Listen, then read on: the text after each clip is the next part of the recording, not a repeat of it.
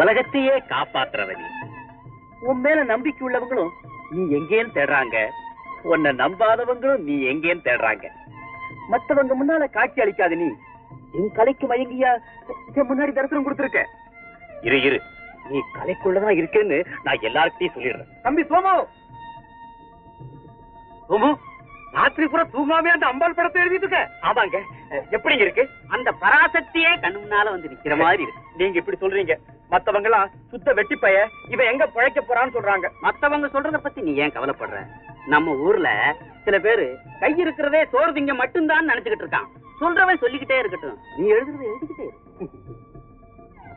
நான் அம்பாள் தான் காப்பாத்தோம். வருத்தமா தம்பி?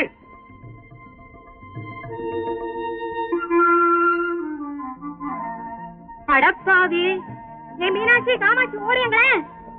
இந்த சோமு செஞ்ச அநியாயத்தை பாத்தீங்களா? ஏன்பா சோமு, இது நல்லா இருக்கா? எருமையா எப்படி நல்லா இருக்கும்? நீ தீனி போட்டால? அது இல்ல, என் எருமை மேல எமன் எழுதி வச்சிருக்கேன், இது நல்லா இருக்கான்னு கேக்குறேன். ஓ அதுவா? நெல்ல வட்டிக்கு கொடுத்து ஊர் முதல்ல கொள்ளடிக்கிற பாரு, அதனால உன் உயிரை சீக்கிரம் கொண்டு போகட்டும்னு எமன் படத்தை எழுதி வச்சேன். உன்ன சொல்லி குத்தம் இல்ல. இந்த சோமு, இப்படி இருக்கிறதெல்லாம் விட்டுட்டு ஒழுங்கா உங்க அம்மாவை காப்பாத்துறதுக்கு ஒரு வழியை பாரு. ராத்திரி கூட சரியா சாப்பிடல, வரும்போதே பசியன்னு தான் வருவோம். இந்த பாழா போன நெஞ்சு வலி மறுபடியும் வந்து வேலைக்கும் போகல. பார்வதி, அரைப்படி அரிசி இருந்தா கூட திருப்பி தந்துடுறேன். மீனாட்சி அம்மா, நான் கொடுக்கறதுக்காக யோசிக்கிறேன். நான் சொல்றேன்னு வருத்தப்படாது. ஒரு வயசு வந்த பிள்ளை வெட்டித்தனமா ஊரை சுத்திக்கிட்டு திரியறது. இந்த வயசான காலத்துல நீங்க கஷ்டப்பட்டு அவனை காப்பாத்துறது நல்லவா இருக்கு? பிள்ளைங்க எதுக்கு? வயசான காலத்துல பெற்றவங்களை காப்பாத்துறதுக்காகத்தானே. பக்கத்து தெருவில் இருக்காளே ஆண்டாள், அவ பிள்ளைய பாருங்க. பட்டணத்துல போய் படாத பாடுபட்டு அவங்க அம்மாவுக்கு மாசம் மாசம் பணம் அனுப்பி வச்சுக்கிட்டு இருக்கு. அது பிள்ளை. போதும் நிறுத்து. என் பிள்ளைய பத்தி என்கிட்ட குறைச்சு பேசாது. 4 பேரை போல அவனும் ஒரு நாளைக்கு நல்லா வருவான். அவன் நல்லா இருந்தா போதும், எனக்கு ஒண்ணும் சம்பாரிச்சு போட தேவை. மீனாட்சியம்மா, மீனாட்சியம்மா, இவ அரைச்சு கொடுக்காட்டா போறா. அதுக்காக என் பிள்ளைய ஏன் குறை சொல்லணும்? இவளுக்கு என்ன தெரியும் என் பிள்ளைய பத்தி? எனக்கு தெரியும் என் பிள்ளைய பத்தி.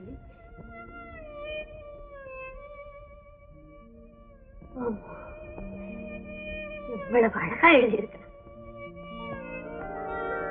நல்லா எழுது. ரொம்ப இருக்கிறேன்டா உன்னை காப்பாத்த.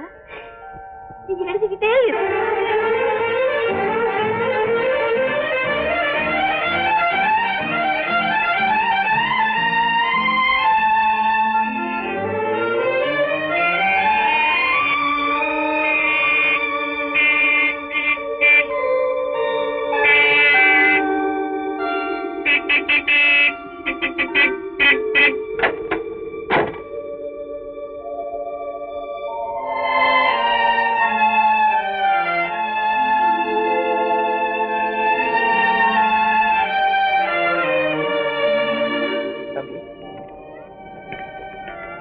தம்பி,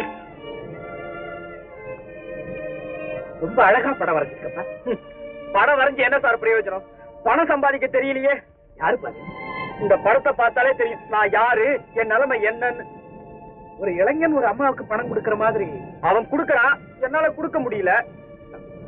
நீ ஒரு திறமையான ஓவியங்கிறது இந்த படத்தை பார்த்தாலே தெரியுது. உன்னை நான் தெரிஞ்சுக்கிட்ட மாதிரி இந்த உலகமும் தெரிஞ்சுக்க வேண்டாமா? இந்த உலகம் எப்பதான் தெரிஞ்சுக்கிறது? எங்க அம்மாவை நான் எப்படி காப்பாத்துறது? அதுதான் எனக்கும் தெரியல. தம்பி, படத்துக்குள்ள எரியிற விளக்க போல உன்ன மாதிரி எத்தனையோ கலைஞர்கள் இருக்கிற இடம் தெரியாம இருக்காங்க.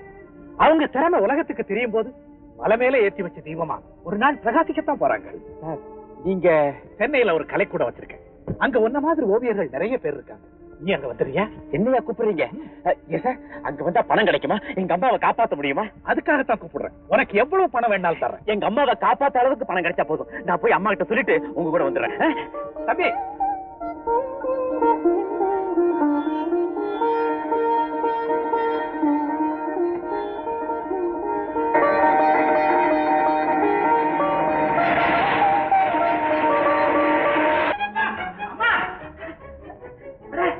என்னது இன்னைக்கு இல்லாம இன்னைக்கெல்லாம் நம்ம வீட்டுக்கு வந்துருக்கீங்க. நம்மளை பத்தி நீங்க என்ன நினைச்சீங்க? அதுல வந்திருக்காரு சார்.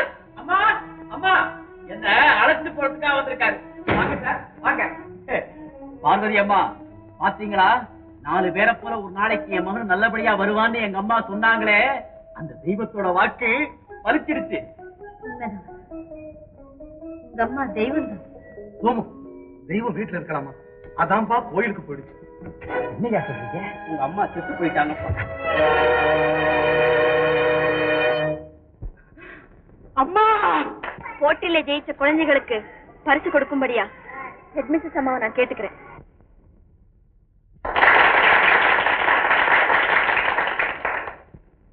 முதலாவதாக ஓட்டப்பந்தயத்தில் ஜெயிச்ச குழந்தை சாந்திக்கு முதல் பரிசு.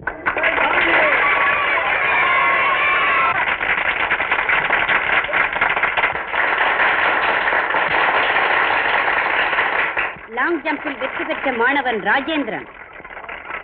சடுகுடு போட்டியில் வெற்றி பெற்ற சங்கரணிக்கு முதல் பரிசு. அடுத்து குழந்தைகளை நல்ல முறையில் பராமரிச்சதுக்காகவும் வகுப்பறையை ஒழுங்கா வச்சுக்கிட்டு இருந்ததுக்காகவும் இந்த வருஷத்து பாராட்டு இதழை டீச்சர் சந்திராவுக்கு கொடுக்கிறேன். கடவுள் தனக்கு சமமா நினைச்சுத்தான் உயிர்களை படைக்கிற சக்தியை பெண்களுக்கு கொடுத்தான். தாயினுடைய முகத்தை பார்க்காத இந்த அநாத குழந்தைகளுக்கு சுமதியினுடைய பாட்டு ஒரு ஆறுதல் அளிச்சது. இந்த அருமையான பாட்டை பாடின டீச்சர் சுமதிக்கு இந்த ஓவியத்தை பரிசா கொடுக்கிறேன்.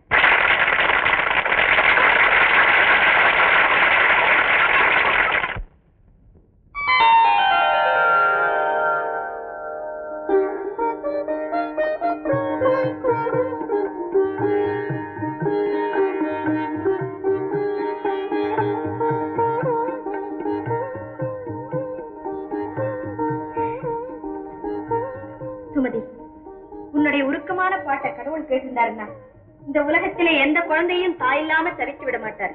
சந்திரா, கடவுள் எல்லா இடத்துலயும் இருக்க முடியாதுன்னு நினைச்சுதான் தாய்களை படைச்சான். அந்த தாய் இல்லாத இடத்துல எல்லாம் அவன் இருக்கான். உண்மைதான். இப்படிப்பட்ட உயர்ந்த கருத்தை உன் பாட்டுல சொல்லிருக்க. அதுக்கு போய் இந்த ஓவியத்தை பரிசா கொடுத்திருக்காங்க. இதுக்கு பதிலா ஒரு தங்க மெடலோ வெள்ளி கோப்பையோ கொடுத்திருந்தாலும் அவசர காலத்துல உதவியா இருக்கும். இதை வச்சுக்கிட்டு என்னடி செய்யறது? சந்திரா, இந்த ஓவியத்தை கொஞ்சம் கலை உள்ளத்தோட பாரு. அப்பதான் அதனுடைய பெருமை உனக்கு தெரியும். வேண்டாமா, அந்த பைத்தியம் உன்னோடயே இருக்கட்டும். இதெல்லாம் எனக்கு பிடிக்காது. புரியலங்கிறதுக்காக சிலர் நல்லதையெல்லாம் பிடிக்கலன்னு ஒதுக்கிட்டதுனாலதான் கெட்டதெல்லாம் வெளிச்சத்துல நிக்குது, நல்லதெல்லாம் இருட்டுல தவிக்குது. நல்லது இருட்டுல தவிக்கிற மாதிரி நான் உங்ககிட்ட மாட்டிக்கிட்டு முழிக்கிறேன். சுமதி, அந்த ஓவியத்துல அப்படி என்னதான் இருக்கு? தமிழுக்காக தன் தலையவே அறுத்து கொடுக்க துணிஞ்ச குமரவளரின் வீர வரலாறு இருக்கு. அது போல பண்பு நிறைஞ்ச வரலாறுகள் மறைஞ்சு போனதுனாலதான் நம்ம தமிழ் பண்பாடே கெட்டு போச்சு. நாம தலைநிமிர்ந்து வாழணும்னா இப்படிப்பட்ட வரலாறுகளை மறக்காம இருக்கணும். வரலாறுகள் மறையாம இருக்கணும்னா இந்த மாதிரி கலைஞர்கள் நிறைய வளரணும். என்னடி இத நான் பண்றேன்? சந்திரா, இந்த ஓவியத்தை எழுதுறவரை பாராட்டி அவருக்கு நான் ஒரு லெட்டர் எழுத போறேன். வேணாண்டி, வீணா ஆபத்துல மாட்டிக்காதே. எதுவும் வார்த்தையில இருக்கலாம், ஆனா எழுத்துல இருக்க கூடாதுமா. சந்திரா, நீ வேடிக்கை சொன்னாலும் சரி, வெறியமா சொன்னாலும் சரி, எனக்குன்னு ஒரு வாழ்க்கைய அவன் என் தலையில எழுதி வச்சிருப்பான். அதை மாத்தி எழுத என்னால முடியாது. நான் எழுதுறதை எழுதத்தான் போறேன்.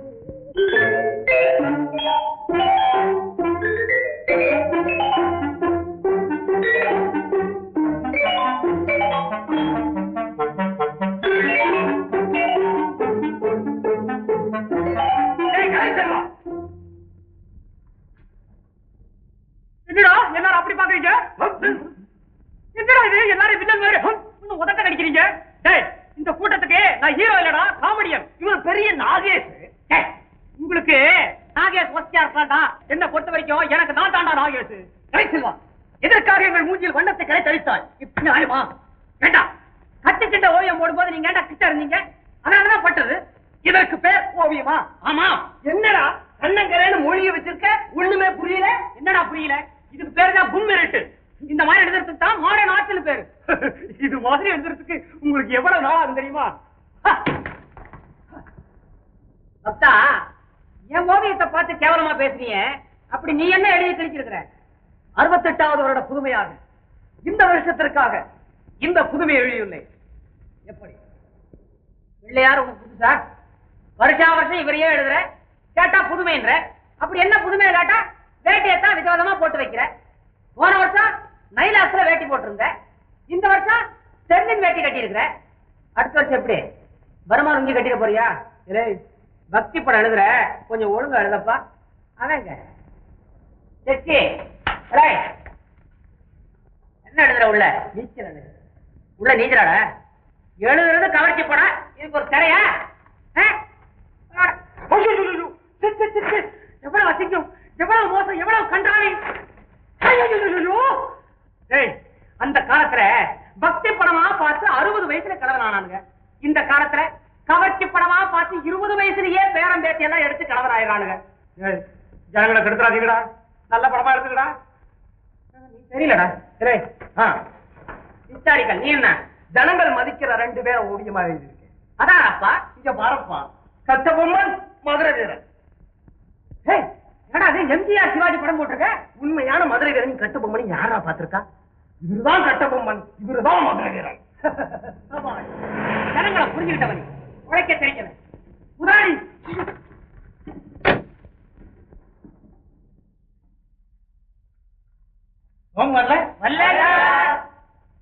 இந்த சத்தம் சோமு வந்தா உள்ள வர சொல்லு. அமாவாசை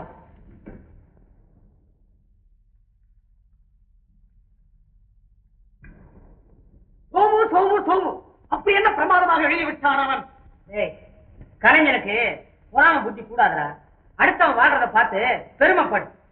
அடடே சோமு வா, பாப்பா உள்ள போப்பா, முதலாளி கூப்பிடுறாரு.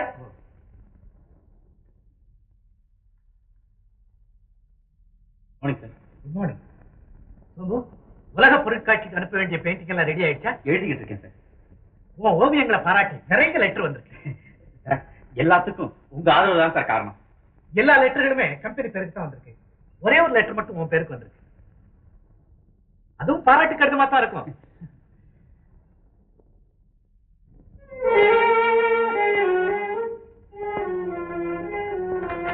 ஆண்டு விழாவில் நடந்த பரிசு போட்டியில் உங்களது ஓவியத்தை பரிசாக பெற்றேன். உங்கள் திறமைக்கு இந்த உலகத்தையே பரிசாக கொடுக்கலாம். ஆனால் அது என்னால் முடியுமா? நான் ஒரு ஏழை ஆசிரியர். அன்புள்ள சுமதி.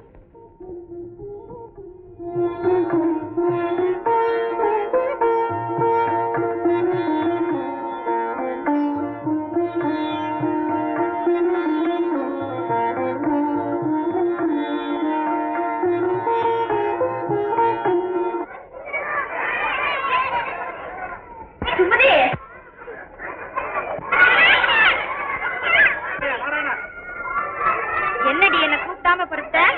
இல்ல சந்திரா, ஒரு முக்கியமான வேலை, அதுதான், வேற ஒண்ணும் இல்ல. முக்கியமான வேலை என்னன்னு எனக்கு தெரியும். சோமோட லெட்டர் வந்திருந்தா ஓட்டுமன் வீட்டு உள்ளதான் போட்டிருப்பாரு, வேற எங்கேயும் பறந்து போயிடாது. பாரு, நான் கொஞ்சம் லேட்டாவே வர்றேன். அதுக்குள்ள அந்த லெட்டர் நீ எத்தனை தடவை படிக்க முடியுமோ படிச்சுக்கோ. பாரு, முடிஞ்சா பாடமே பண்ணிக்க. போடி, போட்டுமா? வாடி.